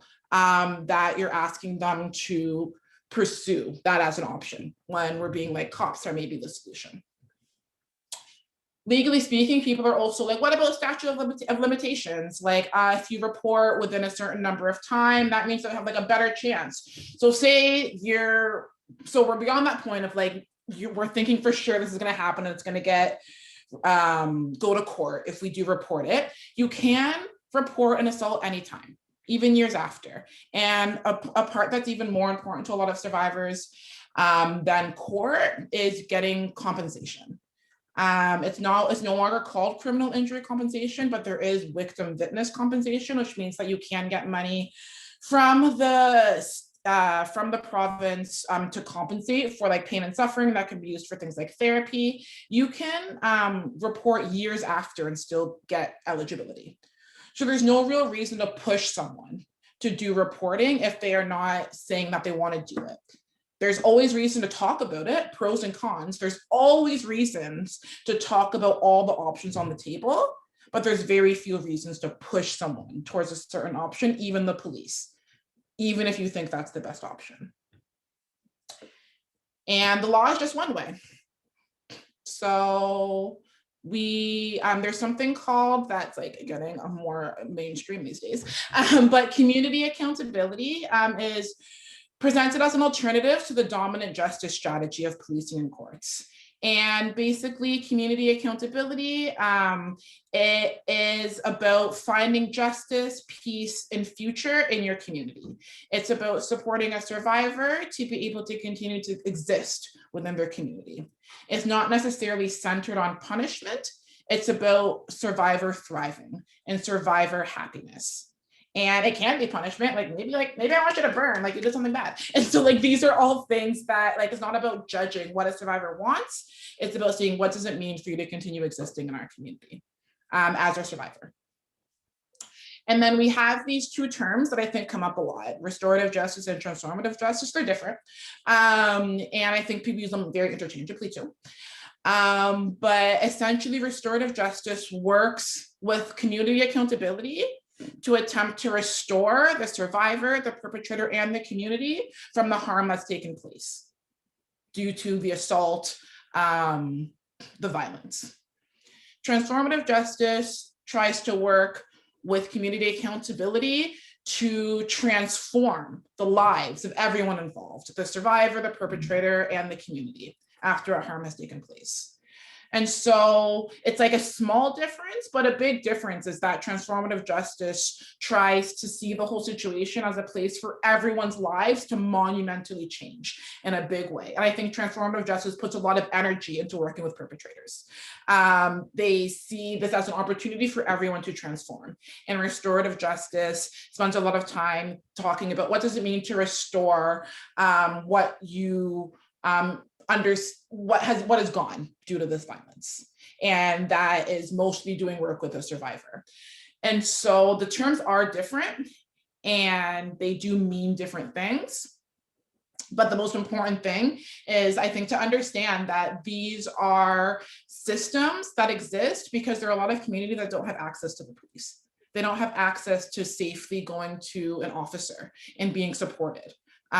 So many communities. And like Dora was saying, maybe you don't have documentation. How are you going to go to the police and ask them to help you? Maybe you feel like maybe you're a substance user and you feel like people aren't going to believe you. Maybe you're a sex worker. Maybe you are an Indigenous person. All of these reasons means that the police has not been an option for many people. And so these are some of the alternatives that they've been using for eons and eons. So yeah, that's kind of me coming to the end. This is just resources. The last page is just some additional trainings that you can do if you're interested. And yeah, thank you so much for listening, for sharing the space with me. And yeah, if there are questions, then I guess that's now. Thank you so much, Naomi. This was fantastic. I am going to open the space, especially if there's anyone who might not have had a chance to speak just yet. Any questions that folks might have for Naomi before we close up? You're getting tons of thank yous in the chat. Thanks, all. One of the things that I find a bit challenging is that, having a conversation around, sexual assault, because, they have the stigma around it. You don't talk about it, especially as women, it's our fault, so it's a bit, It's difficult to sad engage. to know that, we, that we feel guilty and we feel shame, to discuss what happened. So just wanted to share that. Thank you. Thank you. We got to encourage people to speak up, if they want to. I mean, you know what I mean? Mm-hmm. Make them feel, you have a space that feel comfortable. Exactly. For them to share, for them to share what happened without judgment. And I think that's really important. Having a space without judgment. I think it's key and core to be able to support survivors. We have to be the type of people that survivors can believe in. And they're watching, right? People are watching. You don't know who's a survivor around you. So they're watching and they're waiting for opportunities, maybe for you to be a listener. Thanks, Naomi. You're getting a couple things in the chat. People accidentally direct messaged me, thank you to you as well. And also asking if we can have access to the resources sheet. So we'll send this all out after the workshop. Jessie added in the chat about Talk Healing, which is an Indigenous women's helpline. So thank you so much for sharing. And Claire also is asking just to learn a little bit more about community accountability, how to access and how to participate. Yeah. It's hard and messy work, but I think that the center is a big hub for it, and that we try to have models and infrastructure. Like we have like template letters for like messaging people. We have spaces for people to come through, like for people to be like, I want to talk to my perpetrator in a space that's not like a policing space. And so we set up these types of meetings and such. And I think that if you're interested in getting involved in this process, I would contact our center directly. One thing that's unfortunate is that there's not a ton of spaces where a lot of this work happens. And I think that starting it, and the more people that know, the more different communities can have more options. So yeah, Claire, feel free to get in touch with me. I didn't drop my email, but let me drop my email right in the chat. Anyone can get in contact with me. I'm on my email. I'm at home all the time, COVID. Thank you again, Naomi. Maybe we'll open up space in the chat just in case a few more questions do pop up. But in the meantime, we'll just go through a couple big updates. Oh, actually, there is one more question from Claire. So Claire, please go ahead and ask your question. So Claire says, if you are not ready to support someone long-term, how do you communicate this to a survivor? Is it still valuable to provide short-term support? Awesome question. Yeah, if someone came to you in that moment, that means that there's already been relationship building done, and there's been work, and there's been trust that's been built. And I think that holding that space, listening, having that conversation is immense and intensely helpful. And it means that someone's had a good experience in sharing. And they've been able to get it off their chest, and they've been able to reflect and hold it. And I think that in listening and holding, you can also be like, hey, my soul, I don't know how much I can take it, but can we figure out what else to do? Who else to talk to? What are other resources and supports? I feel like short-term support also looks like finding alternatives for yourself if you can't be a part of that long-term support. And I think that's that leaves someone with a lot more than the nothing of like, oh, I can't do it all, so I don't think I can do any of it.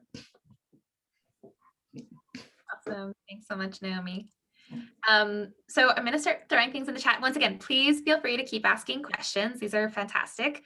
But just one big thing I'm going to flag, we would love if you could provide your feedback on this session. We have the same feedback form for every workshop. So if you attended one and you didn't get the chance to give feedback before, we welcome you and encourage you to do so because it's helping us in terms of how we shape this series and where we go from here. Just a big reminder, I'm going to actually call in Berlin because one of the big groups we mentioned at the beginning helping put this series together is Mutual Aid Parkdale. So Berlin, do you want to share a little bit about how folks can get involved? Sure. We have our weekly meetings, a pod leaders meeting every Wednesday from 6 to 8 p.m. So actually, sorry, 6 to 7:30 p.m. So anyone could join and they could get in contact with me and I'll share more details on how they could join. To become a pod leader here in Parkdale. Thank you. Thanks, Berlin. I think you heard your kids there. Do you mind adding in the chat just your contact information so folks can get a hold of you? Great. So we'll just keep going. On the note of Parkdale People's Economy, who's another big partner putting this on, we have a couple different big meetings coming up in the next week. So they're actually both the same agenda. One is a community meeting and one is the neighborhood planning table meeting. One happens during the day, so that's the planning table meeting on Friday, March 19th. And the other is the community meeting taking place on Thursday, March 18th, which is from 6 to 8 p.m. We are going to be engaging in a community planning process for the rest of the year for the Parkdale neighborhood. And a lot of this work happening around the community safety workshops, we're really hoping are going to be central to how we actually start our envisioning moving into the new year, especially in terms of, once again, just how as a community we respond to moments of crisis and support one another. So we encourage folks to join out. I'm going to quickly grab our newsletter actually that has all the links there for getting for joining those meetings. And we'll keep going with more events. So once again, this is part of a longer series of community workshops. So our next Monday's workshop is around self-defense. We're being joined by a window instructor, Jennifer Lafontaine, who's going to be joining us. So please do join that one. And the week afterwards, it's worthwhile to note, because Naomi brought this up earlier in the workshop, we are going to be also joined by Natty Tremblay, who will be running a workshop around transformative justice. So if you heard that term kind of brought up today, we're just going to be really going deeper into what that means and how all the workshops we've been doing so far play into that concept and practice. And then actually the last workshop we're going to be doing, which is being run both by the Women's Leadership Group and by the Mutual Aid Parkdale, as well as a local community member, Khalil Dorival, who's also Berlan's son, which is all going to be focused on community healing. So that's kind of the last wrap up of these workshops. So we encourage you to join all of those. You can find the links in that MailChimp link that I shared there. But yeah, just once again, want to encourage folks to check those out. And I believe that's the last slide. Any last questions before we close tonight? I just wanted to thank Dora for all that she brought to the space today. And oh, Dora's gone.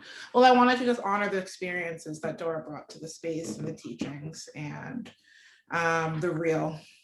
So thank you to Dora.